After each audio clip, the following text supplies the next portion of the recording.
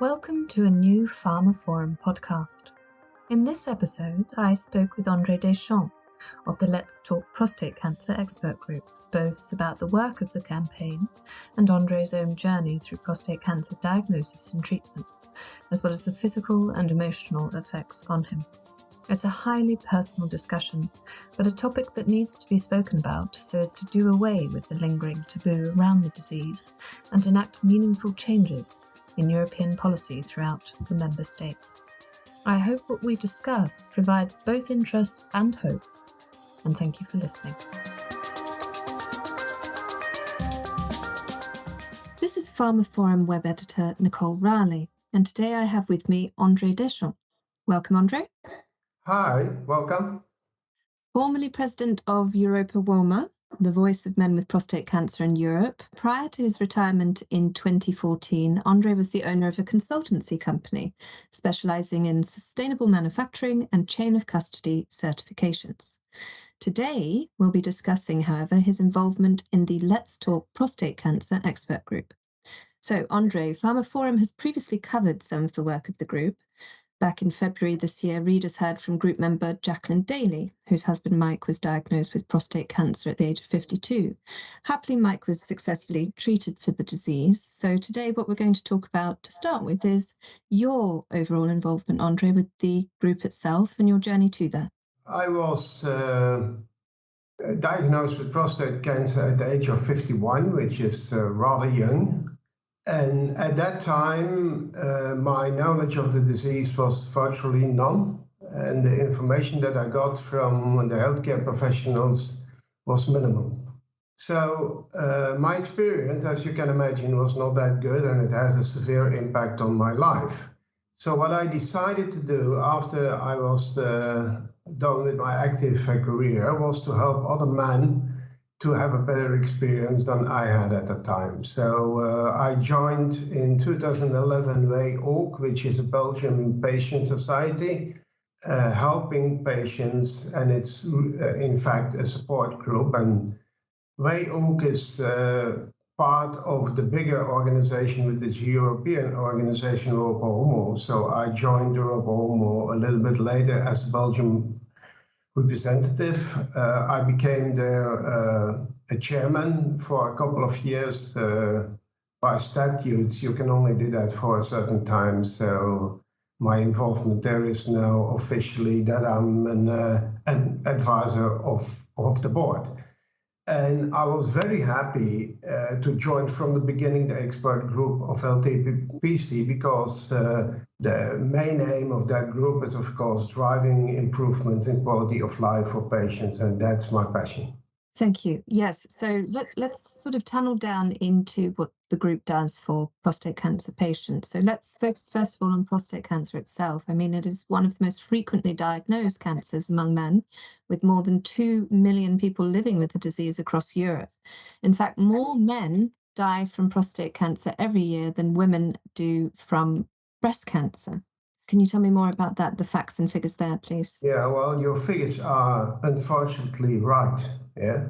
And there is absolutely a lack of political interest in prostate cancer. It's often because if prostate cancer is diagnosed in an early stage, it can be cured, and you have, of course, an impact on your quality of life, but far less than it is seen in a metastatic phase. So LTPC was established in 2018, and it is a multi-stakeholder initiative led by an expert group, and it brings together MEPs, representatives from leading advocacy, and also, and so that's why Wij Ook and Europa Uomo, we support it very well.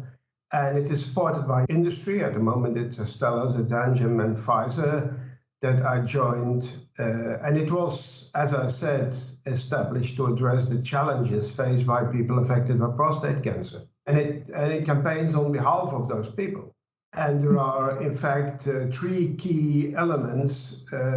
We fight for prioritizing prostate cancer on the political agendas. support a deeper understanding of the healthcare inequalities, and of course implement a new guidance on prostate cancer screening. So obviously these inequalities are unacceptable. So as you say, it's going for better cancer screening for this disease, better treatment, better services.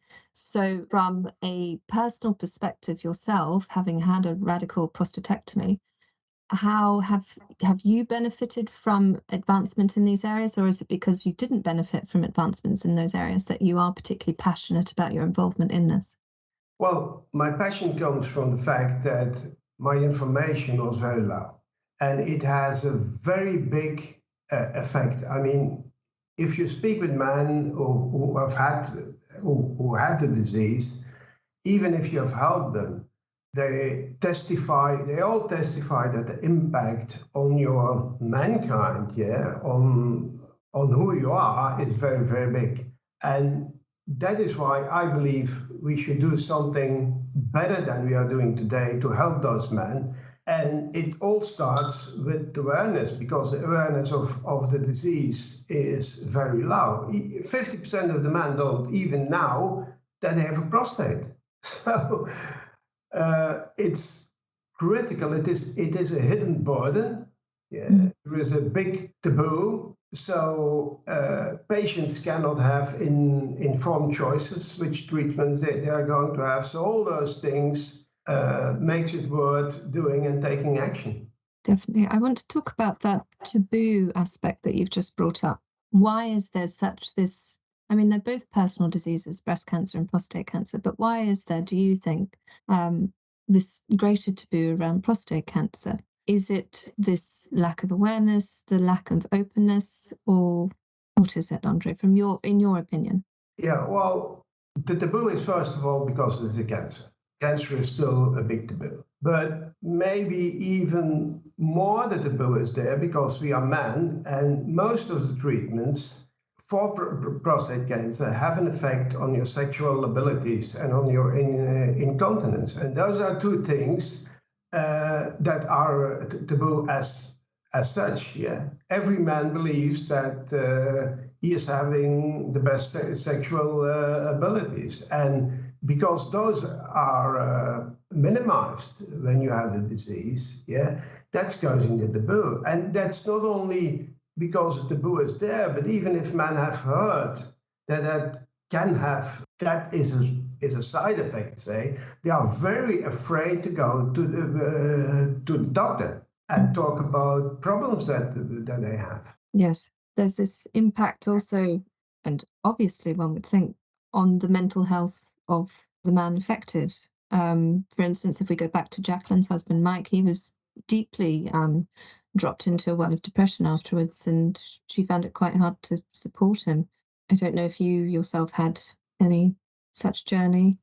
Well, as I said, my journey was not that good. Just to give you, for instance, because I had a radical prostatectomy, I suffered from incontinence. But I had an active life in industry where I was traveling a lot. Can you imagine that you travel with pads and incontinence? You're sitting in an airplane, and the airplane has a delay, and you know that your pad is going to come to the end of its absorption, and you are sitting in a plane. I mean, all such things. If you, as a man, go to a toilet, there are no bins for your pads. So only the incontinence thing alone, and luckily in my case, my incontinence was better after something like six months. But it really has a severe impact on your life, and not only your life, but on also your partner's life.